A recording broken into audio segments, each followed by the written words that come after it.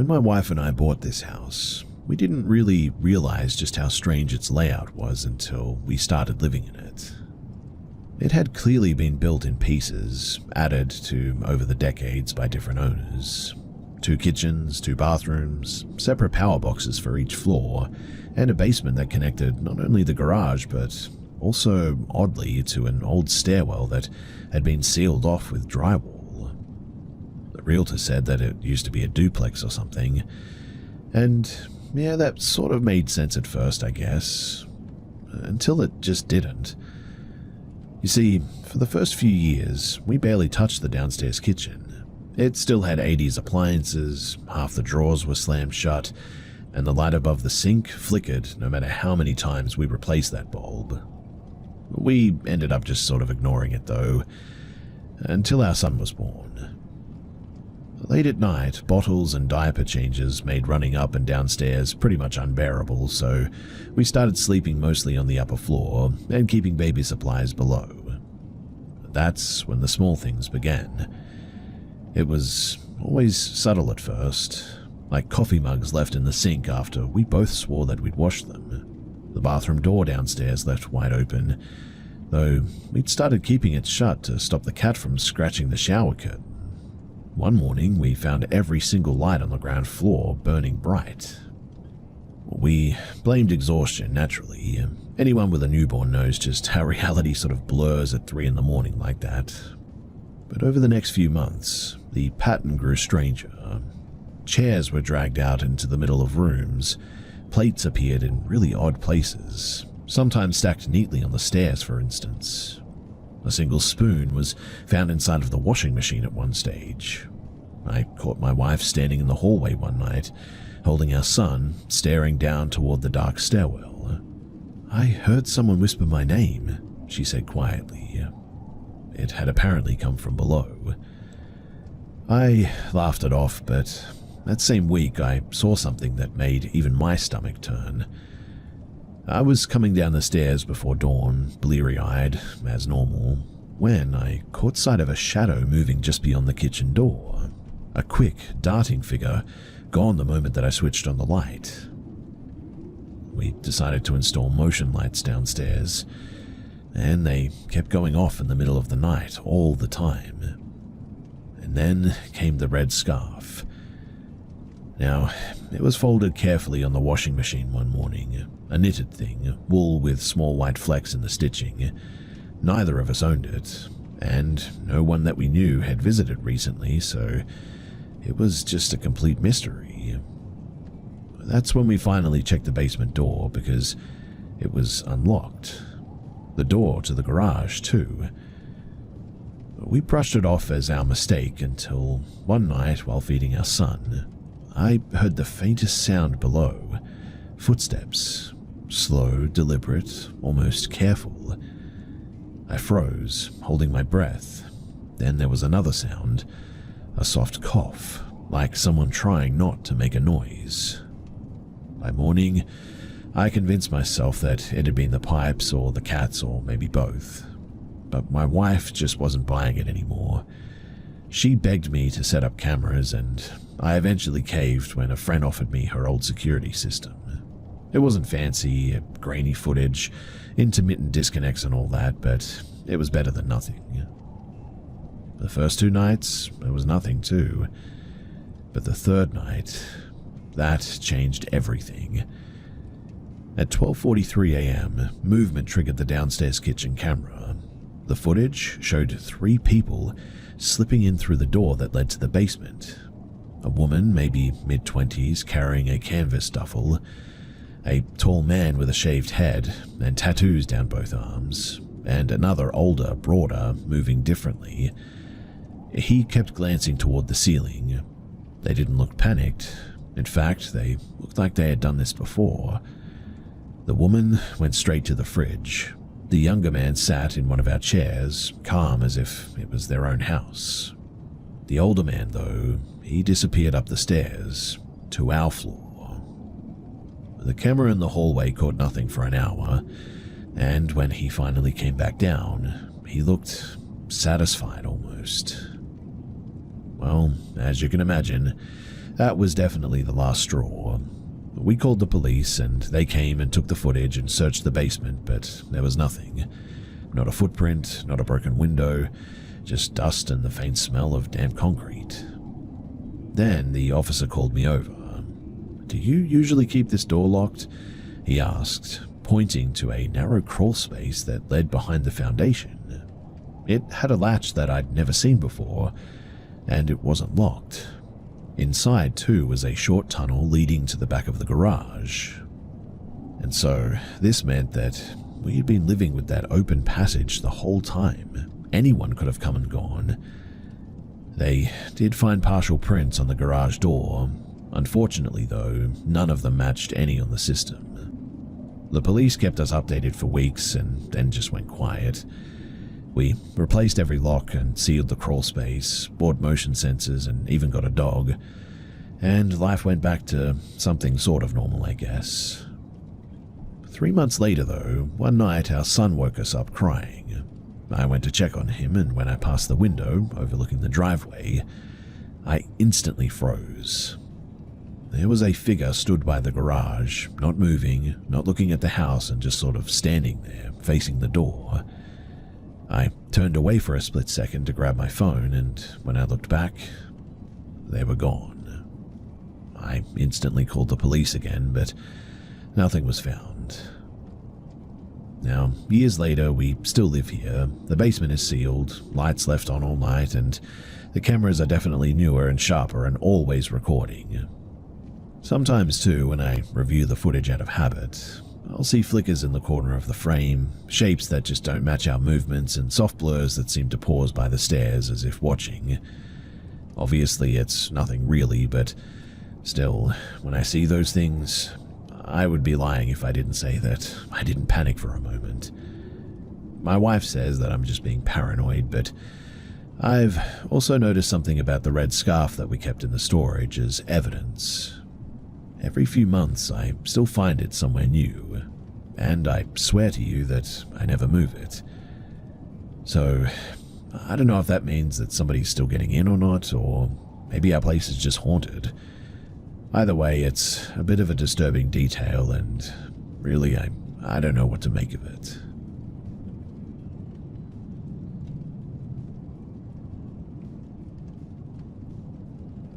There's a stretch of the Cascade Range between White Pass and Goat Rocks that feels wrong when the sun dips behind the ridgeline. It's the kind of place where sound doesn't carry right, where the bogs breathe steam even when the air's cold and still.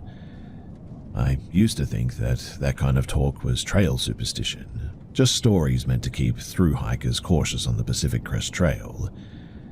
Well, that was before last July. So I'd been heading southbound after flipping at the Sierra, pushing long days to make up some time. It was late afternoon, the sky a heavy gold through the haze, when I realized that I hadn't seen another hiker in almost 2 days now. The section before White Pass is swampy too, ankle-deep water, slick roots, the kind of terrain that steals your speed and your confidence. I must have been about an hour from where I'd planned to camp when I saw him. He stepped out of the side of the trail like he'd been waiting for me. Tall, wiry, wearing short khaki shorts and a faded windbreaker zipped up to his throat.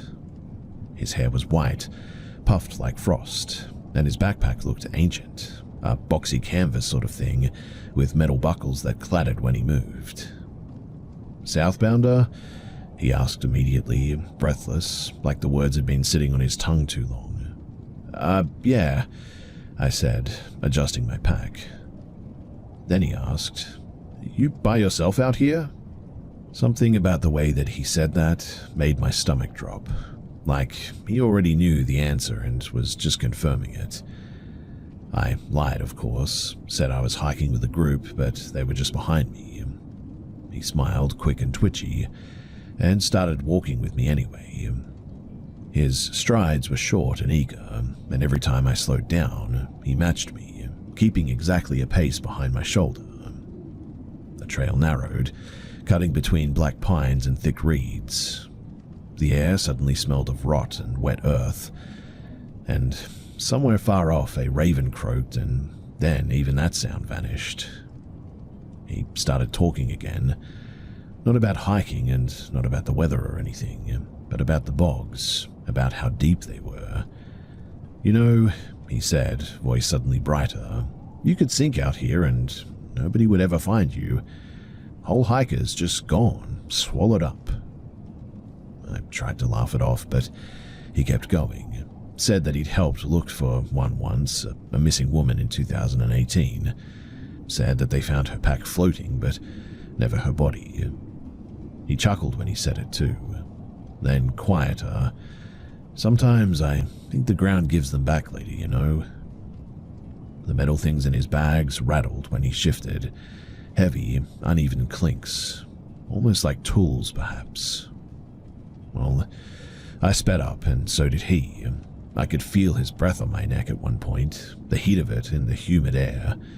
My heart was pounding so hard now, too, that I could barely hear him, but I did catch one more thing before my legs kicked into full sprint. "This is the stretch where they all go quiet." I don't remember deciding to run, but I did. The trail blurred, mud and roots and shadows. He tried to keep up. I could hear him, his steps fast and ragged, but then the sound faded. When I finally dared to look back, he was gone. Or at least I thought that he was. I rounded a bend near a small pond, and my hiking partner, the only person that I'd seen in days, was crouched by the water filling his bottle. I must have looked absolutely feral too, because his face went white as I waved at him, frantically mouthing that somebody is following me. He stood up just as the man came around the corner behind me, and for the first time I saw his face in full light. His pupils too were so small that they genuinely looked like pins.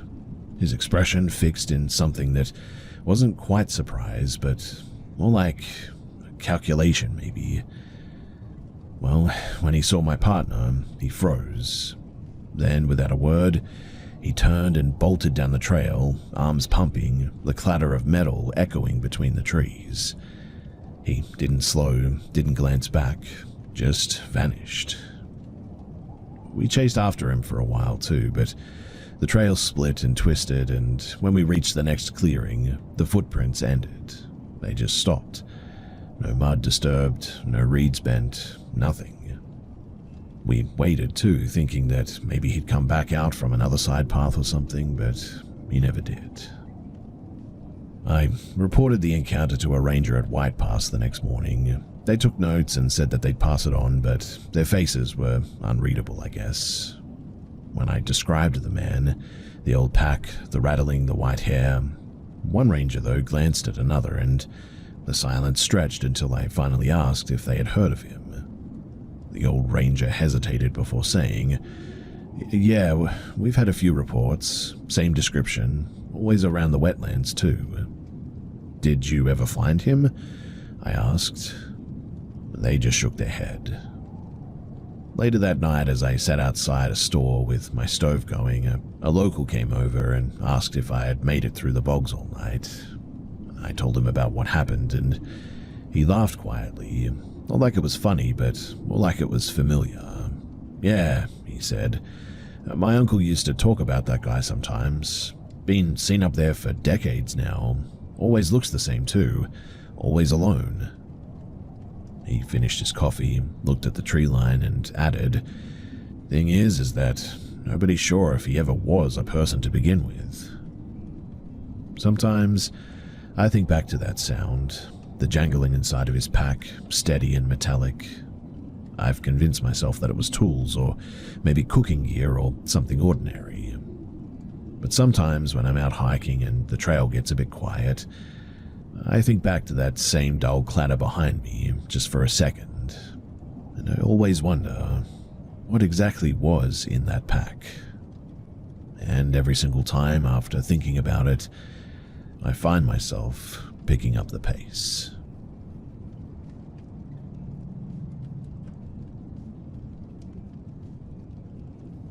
The storm had passed hours ago, leaving the air thick and damp.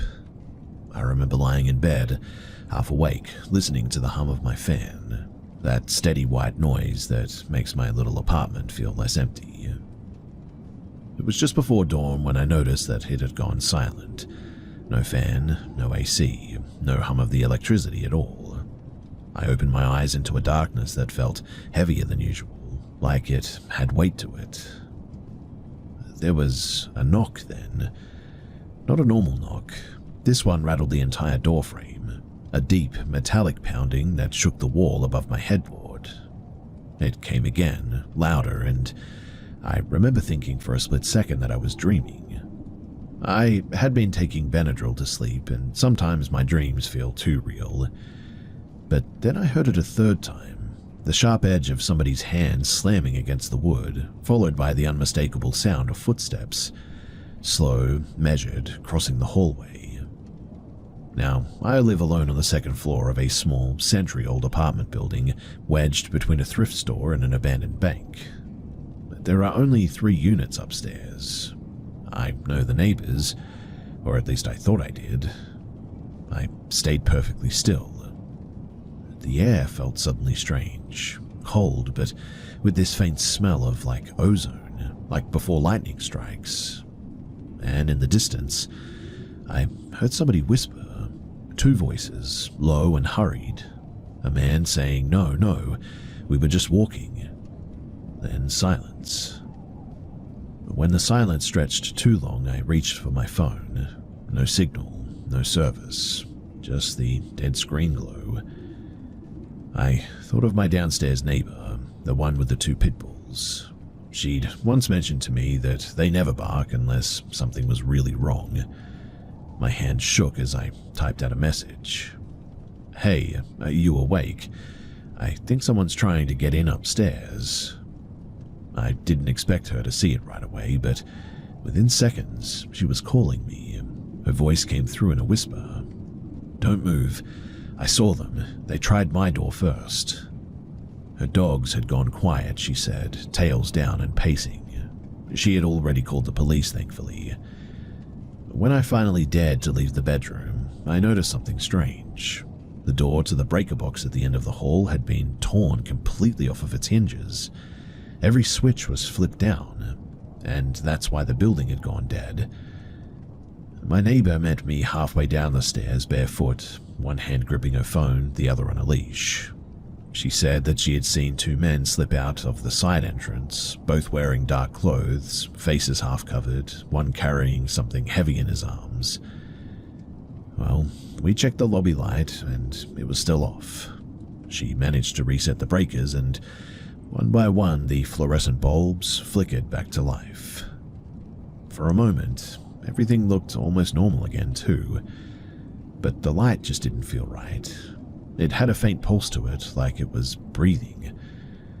The third tenant, the quiet woman across the hall from me, finally stepped out, rubbing her eyes, asking what was going on. She looked dazed, like she had been dreaming something that she couldn't shake. When we told her what had happened, she went pale and said that she hadn't heard a thing, except right before she woke, she thought that she heard someone whisper her name through the vent. When the police arrived 20 minutes later, they walked the perimeter, took our statements, and checked the power room. One officer mentioned that it looked like the breakers hadn't just been flipped, but that they had been pulled and tampered with, like someone yanked the entire panel open with force. They promised to review the footage from the security camera outside, but the landlord called later that night and said something really odd. The feed? Apparently it had gone dark just before the power outage, and when it came back on, the camera showed only static and then the empty street. No sign of the men, no footprints in the damp dust of the stairwell or anything. And, to me at least, this whole situation seemed like it was performed by professionals.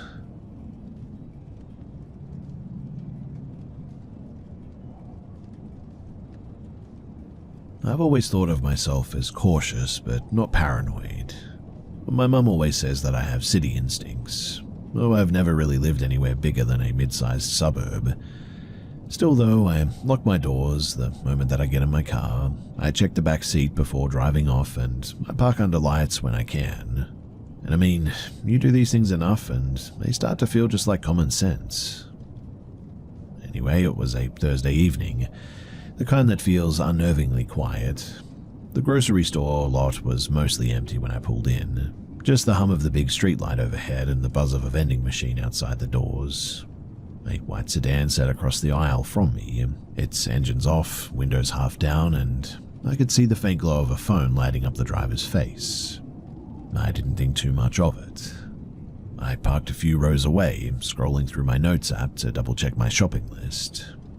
I'd been sitting for maybe 3 minutes when something thudded against my window. Not a tap, but a heavy, jarring knock that made my heart stop for a bit. I turned, expecting maybe a store employee or someone asking for directions. Instead, there was a woman, probably in her 60s, wearing a faded blue dress, her hair tucked under a scarf. She was standing uncomfortably close, one hand pressed to the glass. She smiled, but it didn't reach her eyes. Her face was pale and her gaze steady, like she was trying to see through the reflection. Then she lifted her other hand. That was when I noticed what she was holding. It wasn't a piece of paper like I'd first thought. Instead, it was a knife. Not huge, but definitely a kitchen knife, the kind with a wooden handle. She had pointed it down by her side, almost casually. My brain tried to rationalize what I was seeing. Maybe she was holding something else. Maybe it was a trick of the light. But then she leaned closer, her breath fogging the window. I could now see the small nicks along the blade as the light from the lamppost caught it. I did not roll the window down. In fact, I barely breathed. She knocked again, harder this time, the smile disappearing from her face. She mouthed something through the glass, 3 words, I think, but her lips moved too quickly to read. My gut screamed at me to leave. I started the engine. Her expression changed instantly, like a mask cracking, and she stepped back, just enough for me to pull out. As I reversed, I saw her pivot on her heel and walk quietly toward the white sedan. The driver inside turned his head toward me, and both of them just sort of sat there, watching as I drove out of the lot. I took the long way to another store 20 minutes away that day, and even then I parked near the entrance and sat there, gripping my wheel for a bit. My phone buzzed, a text from my mum asking if I wanted to come by for dinner. I almost said yes, just to be near somebody else, but before I replied, I saw something in my side mirror. A white sedan easing into the lot. I couldn't be sure that it was the same one, given how far away it was, but I didn't wait to find out. I drove out of there, drove home, locked the doors, and I sat in the dark with the curtains closed until morning. But when I told my mother about what happened, she laughed at first and said that I'd just let my imagination run wild, that maybe the woman was just confused, carrying something harmless, but I know what I saw.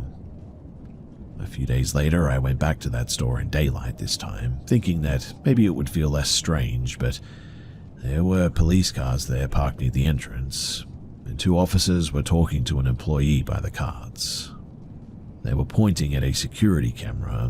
One of them was holding something in a plastic evidence bag.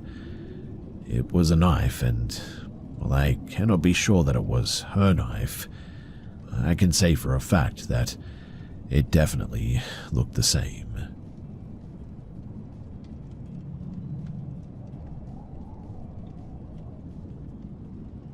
Our old neighborhood sat on the edge of a stretch of woods that everyone just called the Belt.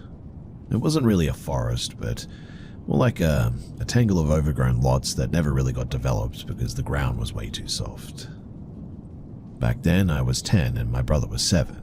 It was New Year's Eve, 2018, and we'd gone down to a friend's house to watch some fireworks from her backyard. It wasn't far by any means, 5, maybe 6 minutes from home. My mum said that we could walk back before midnight as long as we stuck together. The air had that brittle winter stillness to it. No sound but the echoes of fireworks in the distance. We cut across the street toward our home, the yellow porch light shining at the end of the block. I remember my brother talking about how the fireworks looked like flowers. And then, halfway down the street, he just stopped walking. "Who's at our place?" he asked. I followed his gaze. Two men were standing near our front wall, half in the shadow and half in the spill of our porch light. They weren't talking, but just standing there, facing the house. One of them had his hands in his pockets. The other had something, maybe a bag or a jacket, slung over his shoulder. "Probably just people from next door," I said, trying to sound casual. Our neighbor was known for throwing parties, so it wasn't a weird assumption by any means. But when we got closer, both men turned their heads at the same time. Not fast, but slowly, like they'd been expecting us. They started walking toward us. At first, it looked like they were just crossing the street, but as they got closer, I heard it. The sound of them making low, guttural noises. Not words, but it sounded like dogs growling through their teeth. Upon hearing that, I whispered, "Run." We bolted back up the street, cutting around the corner into a narrow passage that led behind the row of houses. My brother was crying, and I was terrified. I ducked behind a brick wall near the end house, trying to stay quiet. I had an old flip phone that my mum made me carry in case of emergencies, but my hands were shaking so bad that it took me 3 tries to unlock it. When she answered, she sounded sort of half asleep, and I told her that somebody was outside of the house. She thought that I was joking. I heard her footsteps through the phone, and she went to the door, still scolding me, and then silence. For a long, horrible moment, there was nothing. Then she shouted, her voice so sharp that it made my brother jump, "Why are you on my property?" Through the receiver, I heard muffled apologies, a man's voice stammering something about being lost, another voice laughing nervously, and then my mum again, angrier this time. "And why are you following my kids?" There was what sounded like a scuffle of movement, more apologies, and then the line went dead. By the time that she called back, the men were gone. She said that they had taken off down the opposite street. The police came later, but there wasn't much to report. No break-in, no damage, just 2 strangers who might have been drunk. We never found out who they were, but a few weeks later, I was out behind the houses again with a friend. The path sort of looped around a set of garages that backed onto the woods there. We were playing there when a black van with tinted windows rolled slowly down into the lane. It didn't stop, and it just crept along the edge, engine barely idling. We stepped aside, assuming that they were looking for an address, but the van circled back. Once, twice, then a 3rd time. The last time it passed, the window rolled down halfway, and I couldn't see the driver's face, just a pair of eyes behind glasses, watching us as the van moved past. There was something taped to the inside of the windshield, though, a scrap of red paper or sort of cloth or something fluttering in the air.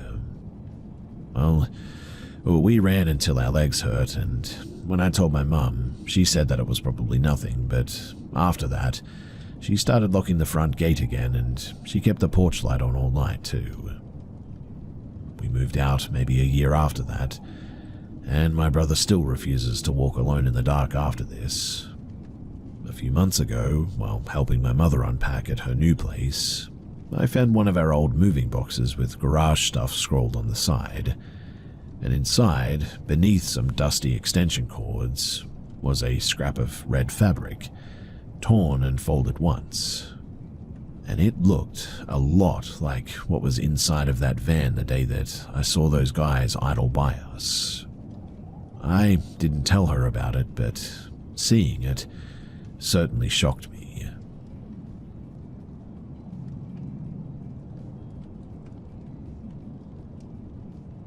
I was 13 the summer that my parents started working late. We lived on the edge of a small, quiet town where everyone supposedly knew everyone, and my afternoons were often spent alone until well past dinner. I didn't mind at first. I'd make myself a sandwich, do my homework, maybe watch a bit of TV before they got home, and it just became routine. It was ordinary and safe. Now, it started one Thursday in late November. I just walked home from school and noticed an unfamiliar car parked across the street, a grey sedan with windows half rolled down. There wasn't anything too odd about it, except that it seemed to idle there for a long time. I went inside, minding my own business, locked the door, and tried to ignore it.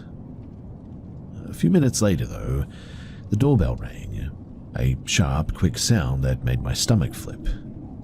When I peeked through the peephole, I saw a woman. She was older, maybe late 40s, with a tidy haircut and a long green coat. She smiled when she spotted movement behind the glass. "Your parents asked me to pick you up," she said cheerfully. "There's been a small accident at your mum's work. Nothing serious, but she just asked me to come and take you to her." Her voice was calm, confident. Too confident. I had also never seen her before. I told her that I couldn't open the door, and she frowned slightly, then softened again. "Sweetheart, it's all right. You can even call her if you want. I'll wait in the car, okay?" Problem is that I didn't have a phone back then. My parents had taken the house phone with them that morning. We only used mobile. And plus, I didn't know my mother's work number by heart as well, so my mind raced for something sensible to say, but before I could respond, she added quietly, "You don't want to make her wait, do you? It's important." Something about that line, the way that she said important, it made my skin crawl. Still, when she smiled again, I opened the door halfway, and that was a huge mistake. She immediately reached out, gently but firmly taking hold of my wrist. "Come on, love, we don't have all day." I remember being pulled outside, still trying to process what was going on. The car door opened, and a man that I hadn't noticed before, tall with a wide, uneasy grin, waved me in. He didn't say anything until we started driving. "Your mum's fine," he said after a while, eyes fixed on the road. "We'll stay at our place until she calls. There's food and you can rest there." I sat silently in the seat, watching the houses fade away as we drove into the hills. The towns disappeared behind us, then the trees, and then the light. Their house wasn't far, but it felt like we'd crossed into a different world at this stage. It was a narrow, two-story building with faded green curtains covering every window. The air, it smelled faintly of mildew and old candles. The woman, who now asked me to call her Miss Ellen, led me upstairs to a small bedroom. It had floral wallpaper and a single bed already made. "You'll sleep here," she said. "We'll get you home soon." I asked for a phone to call my parents. She hesitated, then smiled again. "The line's been down all week, dear. Don't worry." She closed the door behind her. I sat there, staring at the wallpaper until it started to blur a bit. There were faint pencil marks on the wall too, I noticed. Little lines like someone had been counting days or something. I must have been there for days too, maybe even weeks. It's hard to tell, but they fed me, talked to me like I was their own. The man, Uncle Henry, as she called him, he was quieter, but sometimes I'd catch him staring when he thought that I wasn't looking.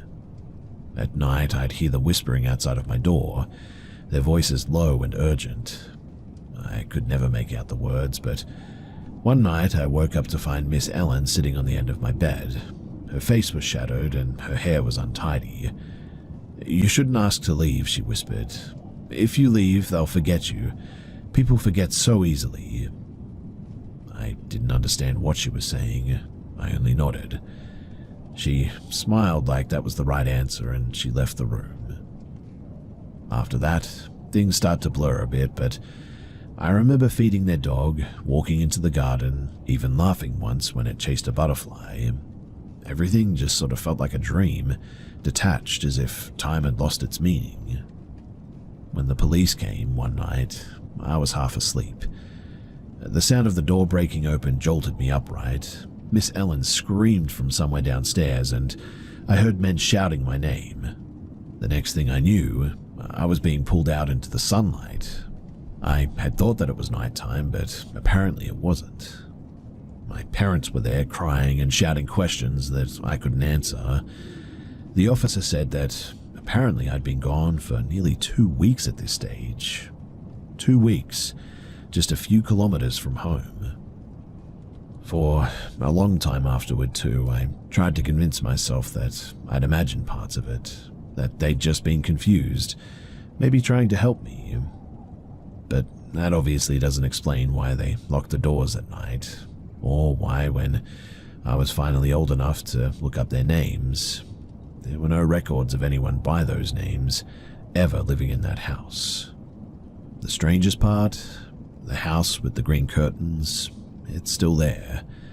Empty, silent, the garden overgrown. But sometimes when I go by it, I often think back about that time and, well, it's hard to remember everything. Now that I'm a bit older, I can see that I was kidnapped by these people. I still am not sure as to what their motivations were, but the fact that they took me, it's eerie walking past this house still.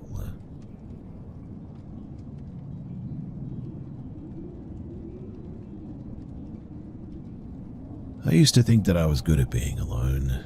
I travel a lot for work, spend most nights in hotels, and silence doesn't really bother me. But there was something about that house.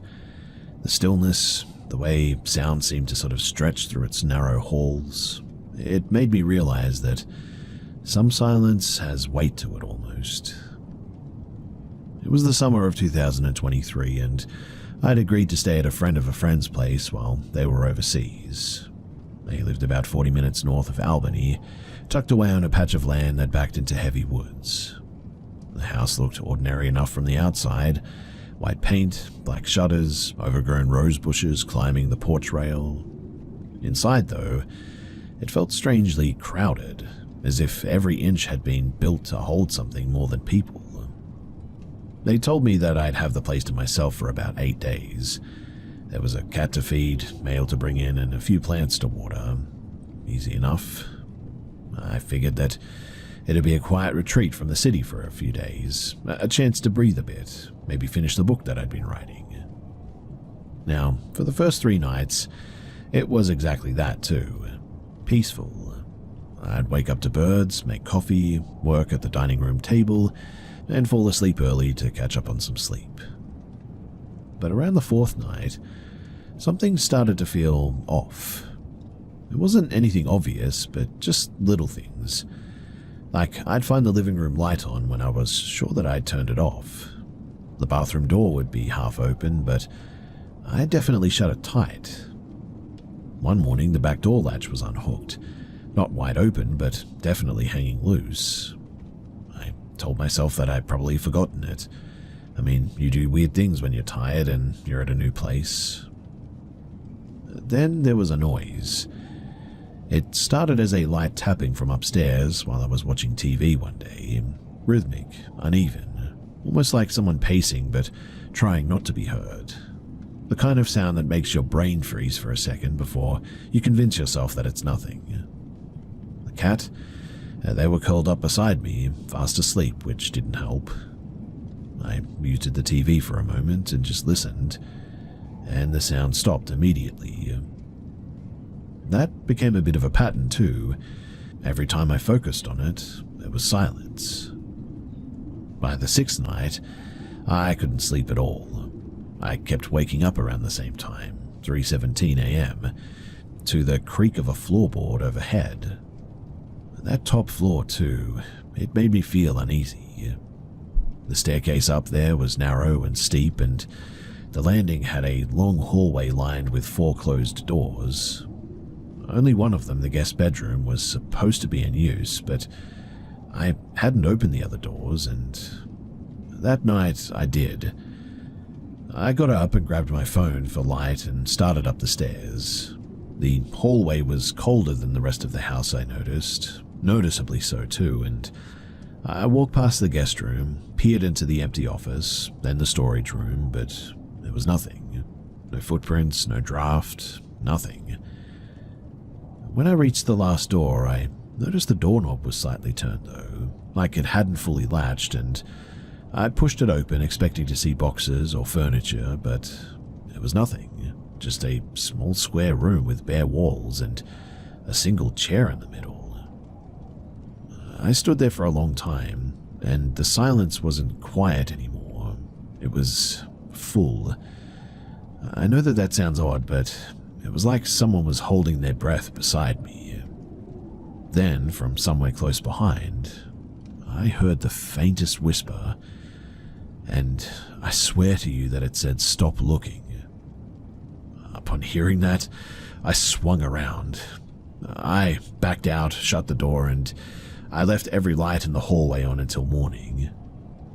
When the couple came home a few days later, I didn't plan on saying anything. I mean, it felt ridiculous. I didn't want to sound like one of those people who hears things in old houses, but as we were chatting in the kitchen, the husband sort of mentioned casually, "Hope the nights weren't too noisy. That place can get weird after dark." The way that he said weird made my stomach turn too, and his wife sort of looked uneasily at me. "Did you stay upstairs?" she asked. I nodded, trying to sound casual. "Yeah, in the guest room. Why?" She exchanged a glance with her husband before saying quietly, "We usually keep that whole floor closed off now." When I asked why, she hesitated. "Well, we used to rent the house before buying it, and the previous owners left in a bit of a hurry. Apparently their kid was sleepwalking and talking to someone who wasn't there, always in that back room." She didn't elaborate any further, and I didn't push. I left that day without taking the money that they'd offered for house sitting, and I just wanted out. Anyway, a few weeks later, curiosity got the better of me, I suppose, and I looked the property up online, thinking that maybe I'd find a mention of its history or something.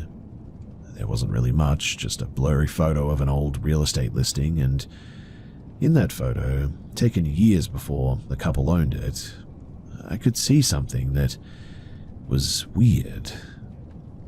In the upstairs window, the one at the end of the hall belonging to the bare little room, there was what looked like an outline of a figure standing there perfectly still. And the chair that I had seen in the center of the room, well, it wasn't there in the old photo, but beside the window you could just make out faint words carved out into the wooden frame. The listing image was too low quality to read them clearly, but it looked like 3 words. I don't know what they said, but it's weird, right? I mean, I'm not one to jump to ghost as the conclusion for things like this, but I know what I heard and I won't forget it.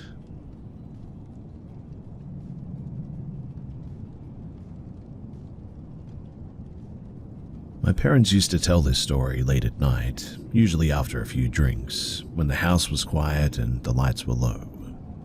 It wasn't one of those exaggerated family tales that grow stranger over time or anything. This one never changed. Every version ended the same way too, with my mother saying that she'd never set foot near that street again, and my father staring off like he could still see something the rest of us couldn't. It all started in 1994, when they first moved into a rental on Brenton Hollow Road, a squat little house surrounded by scrub pines and half an acre of uneven land. My dad, he had just started a new job at the steel plant, and my mum was finishing her nursing degree too. They weren't looking for dream home material, in other words, just something cheap and quiet until they could save. That house, it fit the bill. 2 bedrooms and a small den, a porch that sagged a little bit, and a detached shed that leaned so far that it looked ready to give up. The landlord, a tired man named Kessler, told them that the last tenants had left in a hurry, but never said why. My dad laughed it off. I mean, rent was rent. For the first few weeks too, everything was good. My mum said that the only thing that felt odd was just how quiet the place was. No birds, no neighbors, just the crickets at night. Then, one afternoon, an old neighbor from across the road stopped by. He brought a pie and a strange gift, a ceramic doll, no taller than a milk jug, painted in flaking red and gold. Its face was fixed in a permanent grin. She used to sit in the window, the man said, figured that she belonged to the house. My mum, she didn't want it, but she was way too polite to say so, so she set it on a shelf above the dining table and just left it there. That night, while they were eating dinner, the doll started to hum. It wasn't loud, just a thin metallic whine, like the whining of a music box buried deep inside of it. My dad opened the back to look for a key or maybe a crank, but found nothing. It was solid porcelain. They figured that maybe it was just settling or some weird trick of the air in an old house.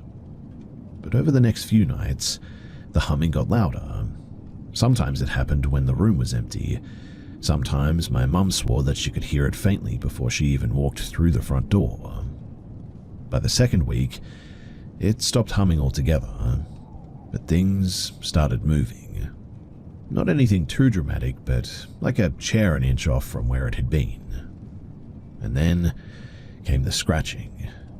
It started behind the wall in their bedroom, right where the bed frame touched the plaster. My dad assumed mice, so he bought some traps, but he could never catch anything.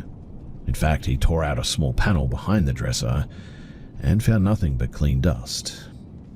That night, the sound started again too, except this time it came from inside of their closet. When he opened it too, he said that the air was like ice cold, like opening a fridge. And that was the first night that my mother refused to sleep there. A week later, my dad found muddy boot prints in the hallway, large ones, too large to belong to either of them. They started from the back door, trailed through the kitchen, and stopped at the foot of their bed. That's when my dad bought a lock for every door, but it didn't seem to help. One evening, my mum was unloading groceries when she saw someone standing beside the shed, tall, thin, wearing a brimmed hat that shadowed his face. She thought that it was a neighbor, until he lifted his arm in a sort of stiff, unnatural motion and pointed at the house. She screamed for my dad, and when he came running, the man had disappeared. Also, the dirt where he had been standing was, well, seemingly untouched, as if no one had been there to begin with. Again, they tried to ignore it. People see weird things at dusk, right? But my mum couldn't shake the feeling that something was inside with them. She said that she'd wake up to the faint scent of, like, dampness or hear footsteps pacing in the hall, slow and deliberate, pausing right outside of their door every night. But the final straw, that came weeks later. My dad had picked up a night shift at the plant, leaving my mum alone at nights. It was around midnight, and she was folding laundry when the lights flickered once, twice, and then went out. She grabbed a flashlight, walked to the fuse box by the kitchen, and instantly stopped in her tracks, because every door in the house was now open. Not wide open, but just slightly ajar, perfectly even, like someone had walked through each room and stopped to check behind them. Then she noticed something worse. That old ceramic doll was no longer on the shelf. It was sitting on the floor near the back door, facing her. She bolted outside and called my dad from the neighbor's phone. He came home immediately and searched every inch of the house, and found nothing in the end. But when he picked up the doll, he realized something new had been carved into its porcelain chest. There were a set of initials that neither of them originally recognized, etched deep like someone had taken a knife to it. Well, 2 days later, they packed up and they just left without warning. My dad, he lost his deposit, which he was pretty angry about, but to be honest, he didn't seem to care too much. Years later, when I was a teenager, my mum told me that she once drove past that place again. The house was gone now. Apparently it had burned down and it was just an empty lot. But she said that she pulled over anyway, just for a moment. Across the clearing, half hidden in the grass, was a sort of rusted metal sign. Somebody had spray painted something on it, but she never went to check, and she didn't get out of the car and just drove home and never really mentioned it again. I have asked her a few times what she thought that it all meant, but she always says the same thing every time. She says that it wasn't that the house was haunted. She believes that it was the land instead, and that some things just don't let go because you move away.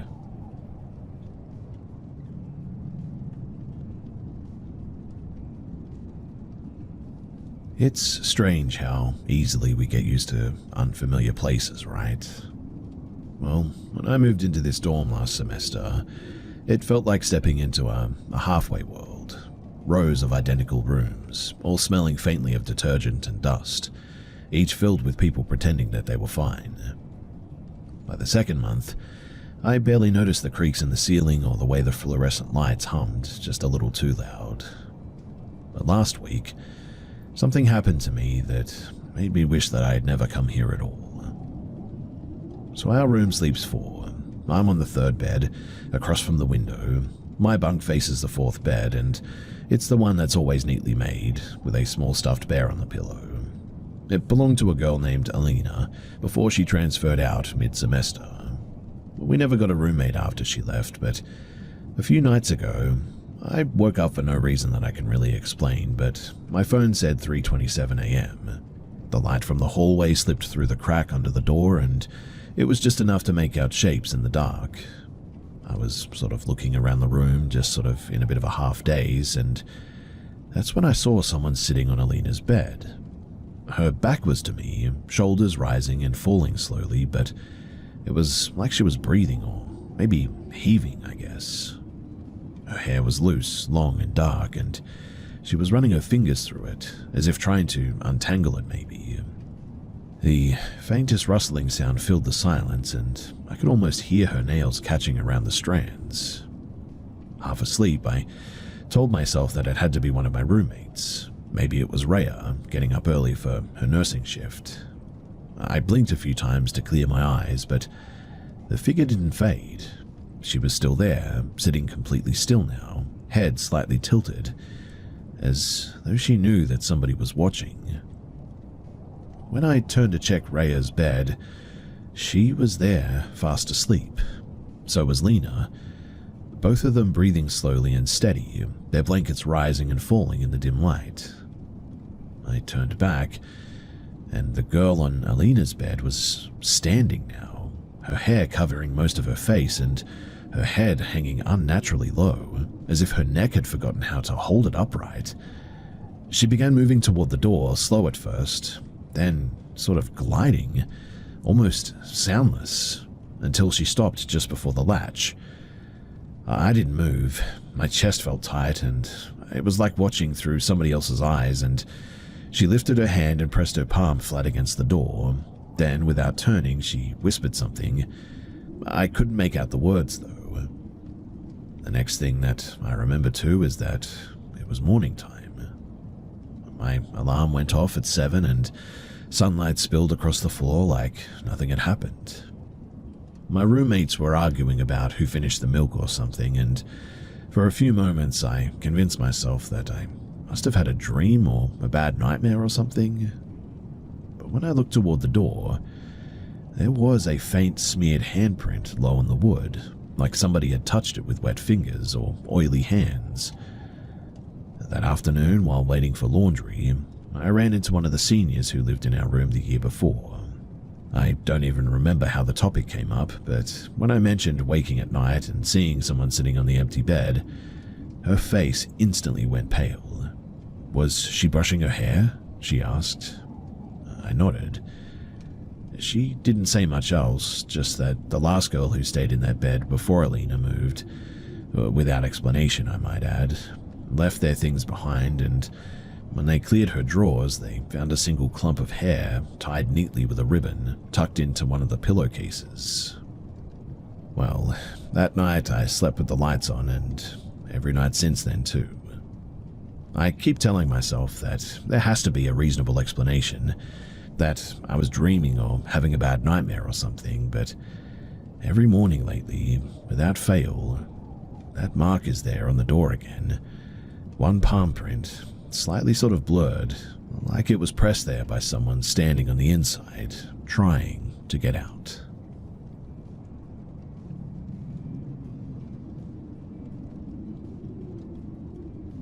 So I used to work seasonal gigs during the fall, mostly helping set up haunted attractions around small towns. It wasn't glamorous by any means, minimum wage, long hours, lots of fake blood and screaming teenagers, but it paid for my rent. In 2022, I got hired at a traveling scare park that's set up just outside of Middletown. They called it the Hollow Grounds, a stitched-together maze of hayrides, fog machines, and actors in cheap masks. My job was to run the lights near the Carnival of Shadows set, basically a large striped tent filled with clowns and strobe effects. Now, when guests weren't coming through, I'd take breaks behind the tent where we stored props and spare bulbs and all that. The area backed onto a stretch of overgrown woods that ran along an old golf course back there. There was a narrow dirt lane between us and the trees, mostly used by staff on the carts to haul equipment. Most nights were pretty loud, chaotic, and really busy, but on October 21st, everything felt quieter than usual. The air was colder than it should have been for Delaware that time of year, and the fog that night didn't seem to roll in at all. It just sort of appeared, thick and low to the ground. Around 10:45, we had 15-minute lulls between rides, so I slipped out back to have a smoke. The moon was full, bright enough to paint the clearing silver. I sat down on a crate, scrolled my phone for a bit, and tried to warm my hands up. A few minutes passed before I noticed movement on the dirt lane beyond the tent. Somebody was walking out there. At first, I thought that it was one of the actors cutting across the field, maybe heading to the storage shed. But then I realized just how tall they were. Their back rose well above the fence line, 8 foot at least, and they moved sort of wrong. That's when I realized that the motion wasn't human. The limbs were bent strangely, way too long, almost jointed like an animal's, but they didn't hit the ground right. Then I realized that it was walking on 4 legs that looked both rigid and liquid sort of at the same time, like it was struggling to hold its shape. For a few seconds, I told myself that I was just seeing things. I'd been running on caffeine and cold pizza all night, but as it passed through the moonlight, I could see it clearly. A figure, white as bone, matte and featureless, its surface absorbing light instead of reflecting it. No face, no details, no texture, just a pale, shifting outline moving slowly down the path. The sound that it made wasn't like footsteps, too. It was more like static, maybe, faint and uneven, as if something was vibrating behind the air. Every time that it turned its head towards me, if that was its head, I felt my stomach twist with a kind of panic that I don't think I've ever experienced before. It stopped halfway down the lane, and then the thing's body sort of rippled, like a mirage bending heat, and I swear that I saw it lean slightly toward me too, as if trying to recognize what I was. Then it kept walking, unhurried, until it just sort of disappeared into the woods.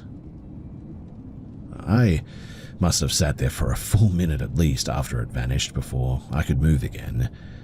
When I finally stood, my hands were shaking and I dropped my cigarette. I bolted to the front of the tent where 2 of the other actors were chatting and told them what I had seen. They laughed at first until one of them, an older guy who worked that site for years, stopped smiling.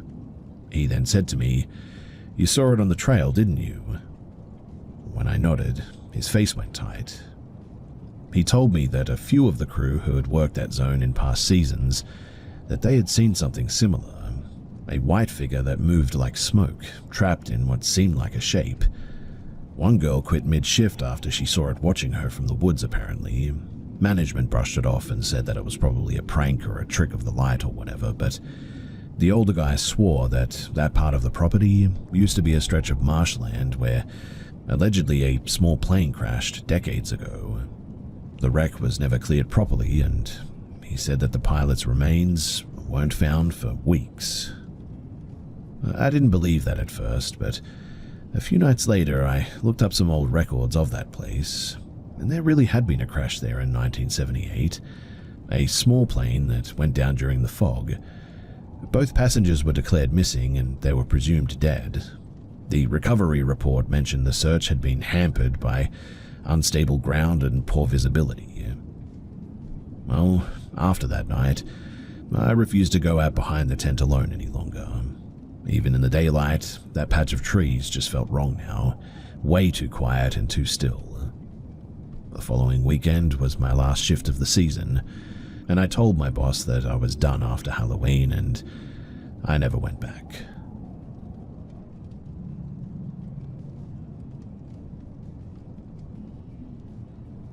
When we first moved into this townhouse, I told myself that I'd finally stop jumping at shadows. It was quiet, new, clean, no creaking floorboards, no drafty windows, no strange sounds, just the sort of place that you dream of raising a family up in. We'd been here nearly a year too when I found the old baby monitor again, tucked inside of a box of toys that we'd never unpacked. It was one of those sort of night vision camera ones, and it had a small handheld screen. I remember buying it when our daughter was still an infant, though I couldn't remember why we stopped using it. It felt comforting to set it up again too, a way to keep an extra eye on her now that she had started sleeping in her own toddler bed across the room from ours. She was only 2, and I still woke up sometimes expecting to hear her crying. That first night, everything was good too. She fell asleep easily, clutching her stuffed rabbit. My husband and I stayed up late watching some TV, and I kept the monitor beside me on the couch, half sort of watching the green-tinted image of her tiny form. At some point, I noticed what looked like movement too, a faint shimmer beside her bed, like something brushing past. I blinked, but when I did, it was gone. I assumed it was just interference, like static, or maybe the wireless router or whatever. But then it started happening more often. Every night, sometime after 2 in the morning, the image would sort of flicker, and I'd see shapes. Sometimes it even looked like a hand reached toward her blanket. Sometimes a vague silhouette was sort of leaning over her, as though checking if she was awake. I would hold my breath and whisper for my husband to look, but whenever he went into her room, there was never anything there. He joked that I was seeing ghosts in pixels, but even he stopped laughing after I showed him a recording. The monitor had a bit of a replay feature, and one morning I scrolled back through the night, and for a brief moment at around 3:12 in the morning, the figure was pretty visible, tall, motionless, standing at the end of her bed. Its head looked bowed, its arms long and narrow. Then the screen cut to static for a full 10 seconds before the image came back, clear as day, with no one there. As you can imagine, I was struggling to sleep at this stage. I moved the camera thinking that maybe it was just the angle, or maybe a reflection from our TV or headlights from outside or something. But even when I shifted it to the far corner, the same thing happened. Figures near her bed, faint gliding movement across the room, a strange soft distortion like breath fogging glass all over the camera. I told myself to just stop obsessing over it. But then something else started. The audio. At first, it was just faint static. But then, I swear to you that we could hear whispers. Not words exactly, but more like the rhythm of someone speaking under their breath, close to the microphone. I would mute it, then unmute it again, hoping to catch a bit of a pattern or thinking that maybe the device was malfunctioning, but once, right before dawn, I thought that I heard my daughter's voice, not crying, but just talking softly like she does when she's playing alone, except her lips weren't moving. The next morning, when I asked her what she had been talking to in her dreams, she smiled and said, "The lady in the window." Mind you, there's no window on that wall. After that, I started unplugging the monitor during the day, but even then it would sometimes turn itself on. I'd come into the room and I would see the green LED blinking light and the screen showing faint motion, though the plug was still out of the wall. One night, I finally called the property manager, asking if anything odd had happened with the previous tenants. He hesitated before saying that The family before us had moved out early for personal reasons. When I pressed him, he said that they had a daughter about the same age, a lovely child, and then he went quiet and just changed the subject. The next day, I knocked on our neighbor's door, an older woman who had lived there for over a decade at this stage. When I mentioned our address, her face fell, and she said softly, "That unit's always been strange. There used to be a man there years ago before they built the new development. He'd lost his wife and child in a car accident, apparently. Wouldn't leave the house. People said that he used to stand by his daughter's crib for hours, whispering to her like she was still there." I didn't know what to say. But that night, I left the monitor off, stuffed it in the closet, and told myself that it was over. But at around 3 in the morning, my daughter started crying. Not the soft, sleepy cry that she usually had, but a panicked sort of cry, almost a scream. When I ran in, she was standing in the corner, pointing toward the closet where the monitor sat, and she kept repeating, "He's in there." The next morning, the monitor screen cracked straight down the middle too, though nobody had touched it, and so I threw it away.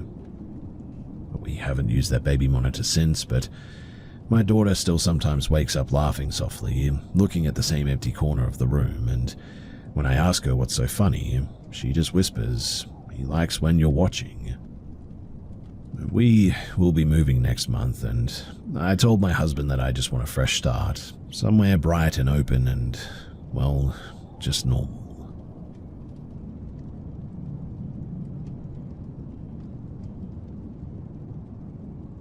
I never liked the house on the ridge, even before we moved in.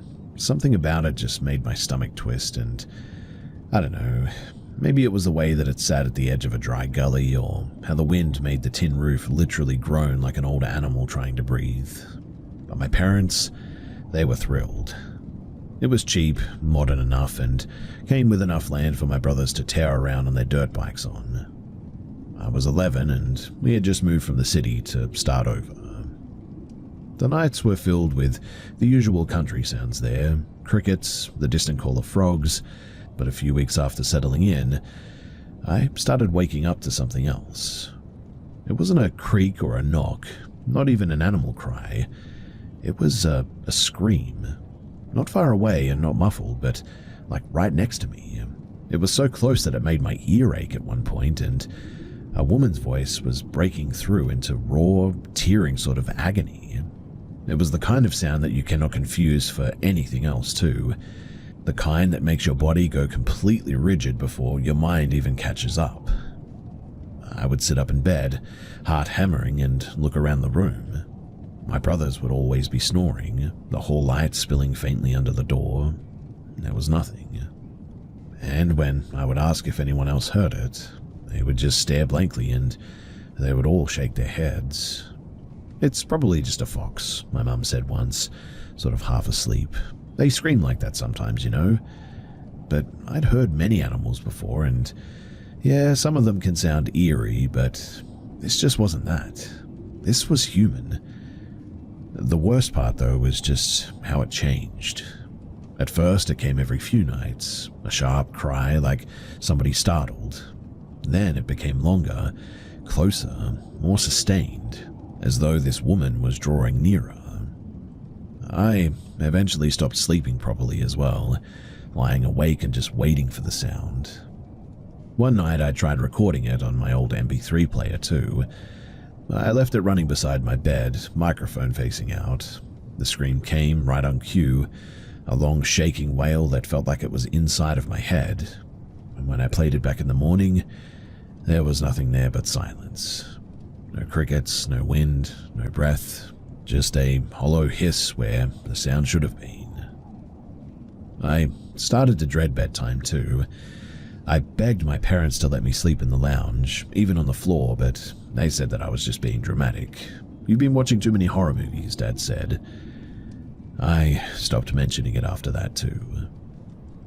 By the third week, it was happening nightly, sometimes even twice a night. And that was when I began to notice some other small things too. The smell of like burnt air just before it started, like when you turn on an old heater. Sometimes my lamp would flicker, even when it wasn't plugged in. Once I thought that I saw movement in the corner of my vision, a blur of pale fabric near the wardrobe. And then, weirdly, as suddenly as it began, it just stopped. No fading, no warning, just silence. And for the rest of that year, I slept without a sound. I almost convinced myself, too, that I must have imagined it. Well, we moved out a few months later when Dad got a new job down south. I was relieved to leave that place behind, but a few nights after settling into our new home, hundreds of kilometers away, mind you, I woke up to a faint noise at the edge of my bed. Not a scream this time, just breathing, slow and uneven, almost like someone trying not to cry. I kept my eyes shut, hoping that it would fade, and eventually it did. But sometimes, even now, more than a decade later, if I wake up suddenly in the dark, I know that something is about to begin. And sometimes I hear that breathing again against my ear. It's petrifying when it happens, and I hate it. I've tried to rationalize it too, telling myself that it must be stress or an overactive imagination. But a few years ago, curiosity got the better of me, and I tried to sort of interact with it. That night was absolutely terrifying. I went to bed like normal, and something crawled on top of me and onto my bed, and I could hear breathing, and again it was like that trying not to cry sound. I was so scared that I instantly jumped out of bed, and I ran down the hall and